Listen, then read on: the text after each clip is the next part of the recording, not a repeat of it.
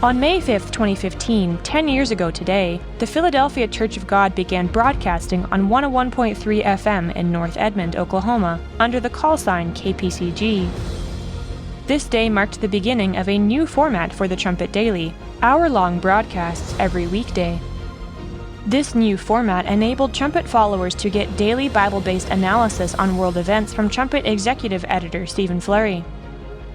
10 years on from 2015, the show has experienced changes in format, studio upgrades, censorship from big tech, big-name interviews, and exciting growth.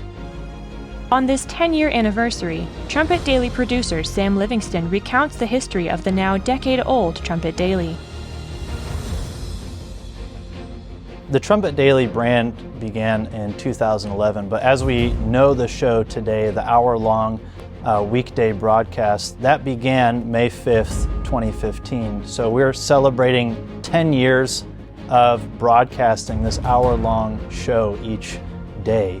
The church had just gotten its license to begin the KPCG station, and the goal was to produce this hour-long show each day. Mr. Stephen Flurry wanted to cover world news, and we were in a great position to do that. We were in England at the time, so we could cover a lot of US news, we could cover a lot of UK news, which I think just the timing being over there was important too, because Brexit wasn't long after that, President Trump being elected in 2016 as well. So we were in a great location, I feel like, to give a good reporting for world news. It really was awesome timing for this show.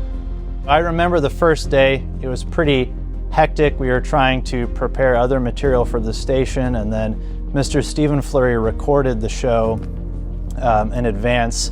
Jesse edited it, we sent it back, and I remember it was just down to the wire to get that broadcast there for the 7 a.m. start time in Edmond. Thinking back to those early days, there are no shortage of funny bloopers where we're trying to learn how to do a show.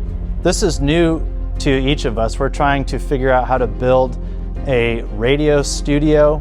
We settled on doing it in the basement at Edstone. Up to this point, the first few months between May 5th and this point, Mr. Flurry would pre-record the show each day in his office, and we were working downstairs in the basement, which is an old basement, I think from the 1800s, trying to pretty up this cellar room and put curtains around to get the acoustics in order. The maintenance department there built a soundproof wall with a window so we could see in there. Edstone was a work in progress at that time too. There would be moments where there would be a power outage because someone was working on the electrics in the house. And now the media, the major media, goes silent.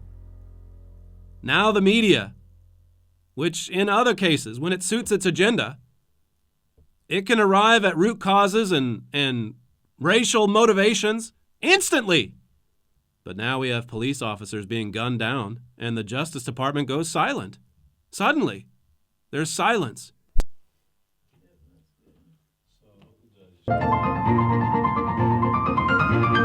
I remember one show where Mr. Flurry was talking and the mic just starts falling in front of him, and I remember looking at him through the window and he's trying to chase it on the way down. And into just the state of the family in there, and how that the family, got a little problem with my mic here, hold on a second. Okay, so it's off? Oh, it's on.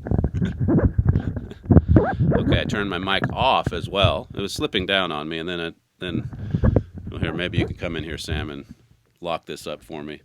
All sorts of little things like that. I think early on there were a lot more bloopers. We've gotten a little more advanced, but even in the studio we have today, there are some power outages or some other bloopers that we experience. It says Vitter argued Biden didn't articulate a compelling second-term agenda that would sway swing voters to support him over former President Trump. And we just lost some power. Daily News, Bible Prophecy. It was August 3rd that we had our first official live broadcast. And now, the Trumpet Daily with Stephen Flurry.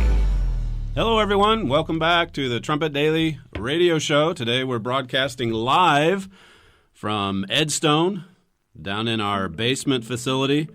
7 or 8 people just passing through here to see all the new equipment that we have set up for these live presentations. We're excited to have you join us for today's program.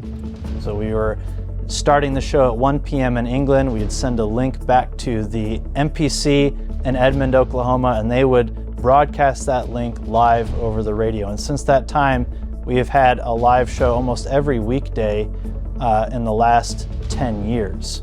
We just broadcast to the entire world from this little room. About 2018, we felt like we were kind of outgrowing that basement room. We needed a lot more technology that wasn't going to fit in that cellar room. We wanted to work on just making the acoustics a bit better. So they started to build a studio in the attic up at Edstone. As that was being renovated, we decided to move the studio up there.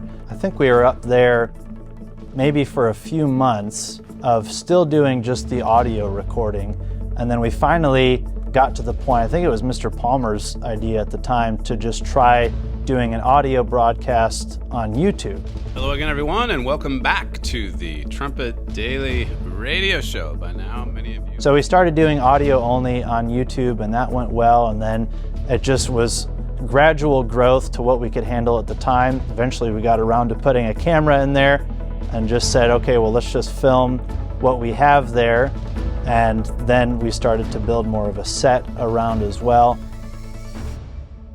2020 was a pretty pivotal year for the show. This was COVID lockdowns hit, everything shutting down. It was great from a news perspective. There was no end to what we were talking about on the show and the amount of content to cover. And with the lockdowns happening, we weren't able to have services for a lot of congregations around the world. We started doing a Saturday broadcast. So for a couple months there, we had 6 shows a week, which was a really exciting development in that way. And for quite a few months, there was quite a lot of growth in the show, I think, because people were so concerned about what was going on in the world.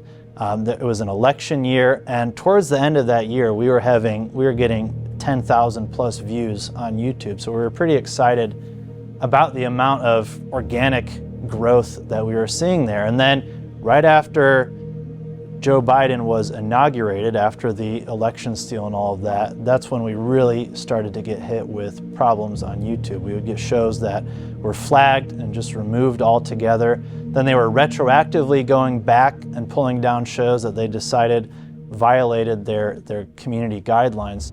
So the decision was made in early 2021 to just stop broadcasting on YouTube in an effort to preserve all of the past content that had been loaded there.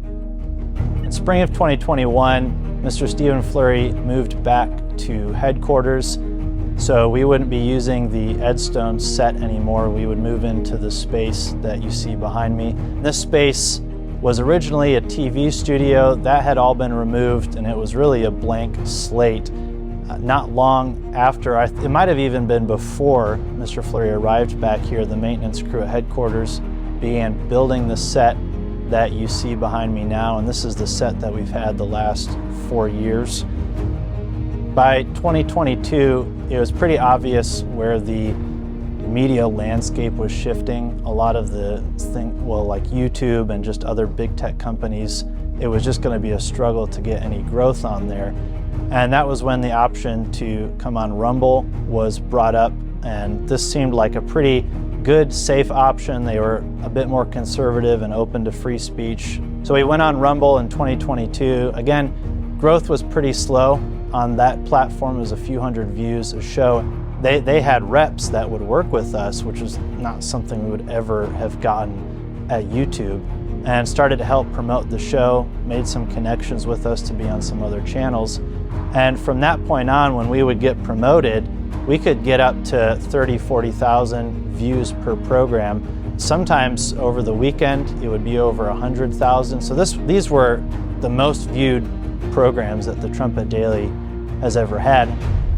And I think that growth came at a perfect time, because by this point, we're in 2023. General Flynn had reached out to us, and after a few months of back and forth was finally able to visit campus and do a Trumpet Daily interview. And we had this nice Rumble channel set up, and that interview with him I think was our most viewed show up to that point, a couple 100,000 views as well. So that opened the door, and that was a big step for the Trumpet Daily, where we were able to get on more talent. Carrie Lake came on the show not long after that. Dinesh D'Souza's been on the show, Lee Smith. So that really opened a lot of doors. It's been an awesome 10 years. It has gone by so fast. We don't know what the future holds for this show. We know that it's a unique show. It's a powerful show that people who are loyal followers have really come to rely on in many ways as the media just gets more and more radical on both sides. God's word and the Bible, that is sure, and that provides stability and hope that people are looking for. So again, we're excited about the future of this show. We're excited to see where God takes it, and we of course are thankful for all of the people that tune in every weekday to watch. Since May 2015, there have been more than 2,500 episodes of the Trumpet Daily. Thanks to promotions on the Rumble video platform over the last 2 years, each program now receives an average of over 65,000 views per episode. In 2015, when the show first started, that number was in the 2,000 to 3,000 range. The Trumpet Daily, along with many other trumpet productions, aims to bring the Bible to life, to prove that it is the most relevant book for our time. In these epic days, Bible prophecy is coming to pass at a rapid rate. For 10 years, the Trumpet Daily has provided thousands around the world with tomorrow's news today, explaining world news in the vital context of Bible prophecy. If you would like to share your personal experience with the show, email td@thetrumpet.com.